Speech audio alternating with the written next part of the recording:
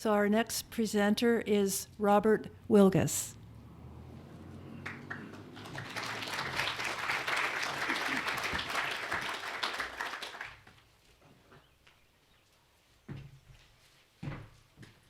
Howdy, folks. Thanks for having me over. I've been studying grizzly bears, cougars, and wolves, radio tracking and capturing and stuff for the last 40 years, and it's been fun. And the thing to talk about today is 15 years of cougar research in 15 minutes. Effects of sport hunting on cougar population dynamics. So there's a bunch of traditional hypotheses. The first one in population ecology is that, well, of course, increased hunting of cougars will result in reduced numbers of cougars. That's a no-brainer. Well, that's a common belief. It hadn't been tested. The other one in community ecology is that increased hunting will, of course, result in reduced predation on, sensitive endangered game animals and valuable game animals and so on. But again, that was a belief. It had not been scientifically tested. Finally, in landscape ecology, the traditional belief was that increased hunting of cougars will result in fewer complaints by human beings and livestock depredations. Again, that was a belief. It had not been tested. Now, in Washington State, we decided to test these things starting in 1997. And so we had 7 different study areas from 1998 to 2011. And we spent millions of dollars on this. The state funded it, plus National Science Foundation and so on. Now, first in population ecology, there's some pictures of real cute kittens. They're just so cute it hurts. And there's a picture of Faith there. I got her tattooed on my arm, one of my favorite females. Our first study was in the Selkirk Mountains in Washington State. And what we saw there was that complaints were increasing and increasing. Now, also, predation on mule deer was increasing. Predation on the last endangered mountain caribou population in the lower 48 was very high and increasing. So, of course, everyone thought, well, the cougar population is increasing and we have to go in there and shoot the heck out of them, at least to save the endangered mountain caribou, if nothing else. Well, we radio collared a whole bunch of cats, then got their reproductive rates, survival rates, and was the population increasing? No, the female component of the population was decreasing at 20% per year. The growth rate is 0.8. Growth rate of 1 means unity. So the population is declining like crazy, and the hunting mortality rate was already 37%. 37% of all the cougars in the area were killed every year. This is a massive hunting take. So there were no increasing cougars. They were, at least the female component was declining. So increasing complaints wasn't due to increasing numbers of cougars, and we published that in the Journal of Wildlife Management in 2006. Now we wonder, well, what's going on with this predation on caribou and mule deer and so on? Well, what we did notice that we had a whole bunch of teenage males in the population, way more than you would expect. And we had much fewer females, right? The female population was declining by, 20% per year. So we went to another study area to replicate this, Kettle Falls. Now, in that area, we found that, again, based on survival and reproduction, the growth rate was 0.84, so the population was declining by 16% per year. However, observed numbers of cougars, right, now we're putting lots of effort into it. Every cougar that's in there, we capture. And we found that there's no change in the number of cougars over time. It should have been declining at 16% per year. Well, the female component was declining, the male component was increasing. Okay, so what we had was an immigration rate of 16%. So every year you'd have 16% more teenage males, pouring into the population from elsewhere. So increased hunting didn't result in decreased numbers of cougars. These cougars were simply replaced by immigrant teenage males. Okay, and you had the same number of cougars as you started with. It's just you don't have as many females, you don't have as many old males, but you got a whole bunch of teenage hooligans. And we published that in 2008 in Ecological Applications. So immigration is huge, and this is something people never thought of before. And we went to Cle Elum, another study area. Now there, that population should have been increasing by 10% per year based on reproduction and survival. But again, it was at unity. What's going on? In this case, we had an emigration rate, right? So 12% of the cougar population would leave the area every year. And this is a low hunting area. So with very little hunting, you didn't have more cougars. You simply had the same number. The excess cougars would simply leave the area. So again, hunting didn't result in reduced hunting in this case didn't result in more cougars. We published that in 2009. So immigration. So if we look at both of these things, this is standard population growth, births, deaths, immigration, emigration. What we found, I'm just going to go, immigration and emigration is huge.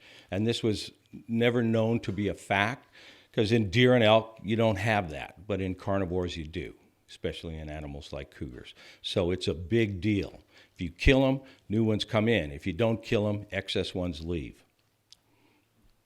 So we got rid of this closed population paradigm that we use in deer and elk, and for carnivores now, for cougars, we go for this open population thing where immigration is a big deal. So, okay, hunting didn't result in the expected result, right? Decreased numbers of cougars. I published that in 2009 in Journal Ecology. And it's immigration and immigration. Also, hunting wasn't compensatory like it is for deer and elk.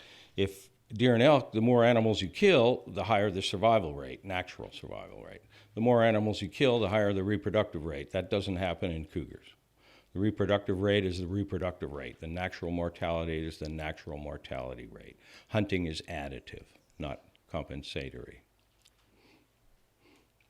If you get rid of the effects of hunting, the survival rates were remarkably consistent across different study areas.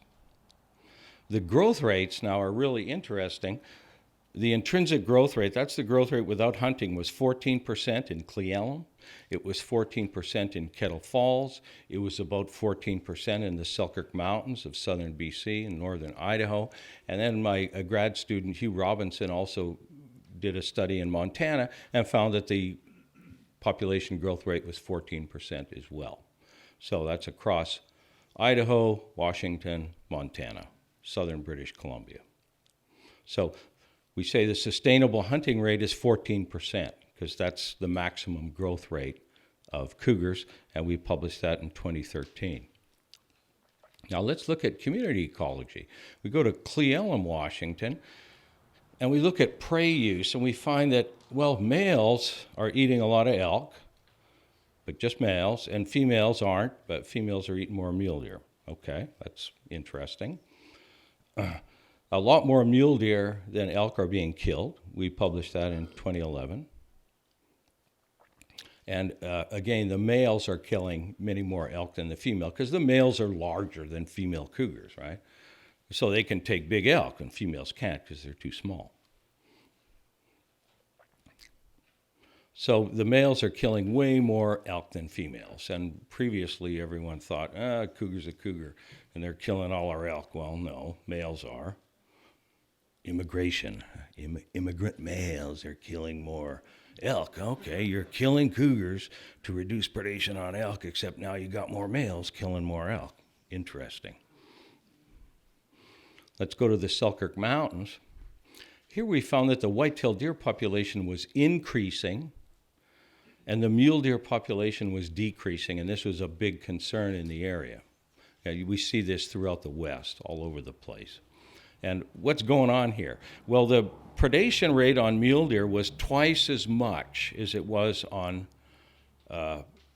white-tailed deer. So the cougars are killing way more mule deer than white-tailed deer in this area. And as a matter of fact, it looks like the fewer mule deer there are, the higher the predation rate is. The exact opposite, right? I mean, deer become less and less and less, but the predation rate becomes higher and higher. That doesn't make sense. We published that in 2002. So we started, again, the cougars were shot there, and we found that when we got rid of almost all the females, white-tailed deer population recovered, grew like crazy. Mule deer population also recovered, grew like crazy. So what's going on here? And I'll just skip this and I'll skip that. I'm just going to get to the who's selecting for what, right? No one does this. They just look at the prey and see that cougars are killing them. And we said, well, who's killing them? Is it males? Is it teenage males? Is it females? Is it female with kittens? What's going on? And what we found was that, wow, they're killing a lot more mule deer in the heavily hunted areas. And they're killing a lot more mule deer only during the summer. Otherwise, they just kill what's available. And white-tailed deer are 80% of the population in this area, and mule deer are 20. But during the summer, these cougars are just whacking the mule deer. It's like, what the heck are they doing that for? There's hardly any mule deer around. Same thing happened with caribou. And what we found was, yes, these cougars are selecting for mule deer and endangered mountain caribou, but only in the summer.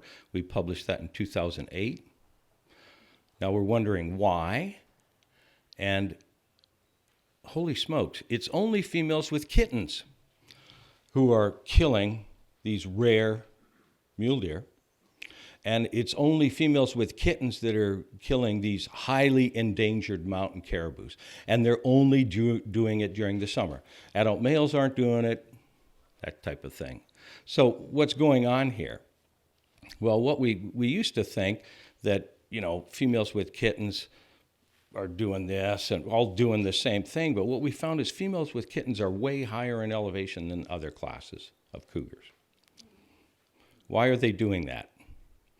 Well, they're avoiding infanticidal immigrant males. When you kill a bunch of male cougars, residents, 3 young guys come to the funeral, the new males try to kill the kittens, and the females say, I got to save my kids, I'm getting out of here, I'm going up to 9,000 feet, and I'm going to go live with a bunch of endangered mountain caribou. Food sucks up there. There's hardly any prey, but at least your kittens aren't being killed by infanticidal males. Males do this to induce breeding in females. We know now that that happens with leopards and African lions and all kinds of different species. So killing these males resulted in sexually selected infanticide by these teenagers who poured in. So increased hunting didn't result in reduced predation. Right? It actually resulted in increased predation on the animals of concern. How about landscape ecology? Just blast through that. Well, home range sizes. In hunted areas, the cougar home ranges are way bigger because the residents are gone. They're killed. The males are gone. So 3 new guys come to the funeral. And they have these big home ranges, and they're competing, and everything's a turmoil, right? And so you've got these teenage males all over the place with gigantic home ranges. Their overlap between home ranges is much higher. So you got one male, teenage male, stacked on another, like a stack of pancakes. In an unhunted area, you have 1 resident male, and that's it. Now you got 3. So what happens if you're, I'll go through this quickly. If you're a rancher, if you don't hunt cougars, you have a cougar encounter rate of 1 male, older resident male, who doesn't get to be older resident by eating your livestock. Oh, you get rid of him, you got 3 young guys, and holy smokes, now you've tripled your problem, right? And believe it or not, It's the young males who are eating the livestock. Okay, old guys don't eat livestock because you don't get to be an old guy if you eat livestock. So, wow, hunting actually results in more human-cougar conflicts. And what sex age class? Now, this is another paper that Kurtzen and I published and so on. And yeah, who's in your backyard? Teenage males. It's not adult males and so on. It's teenage males. Okay, great. Now I got a bunch of teenagers in my backyard. How about livestock depredation? Well, complaints. We found more hunting means more complaints, not fewer. The more you hunt, you kill the adult males, teenage males pour in, complaints go through the roof. Livestock, same thing. Livestock depredations increase. They don't decrease. Because who's killing livestock? It's the new teenage males, right? So you're actually causing increased livestock depredation. This slide is pets. Same thing. Your little cats and dogs. Hey, you want to save your dog, right? Well, don't hunt all the resident cougars because a bunch of teenagers are going to come in and they're going to kill your dog.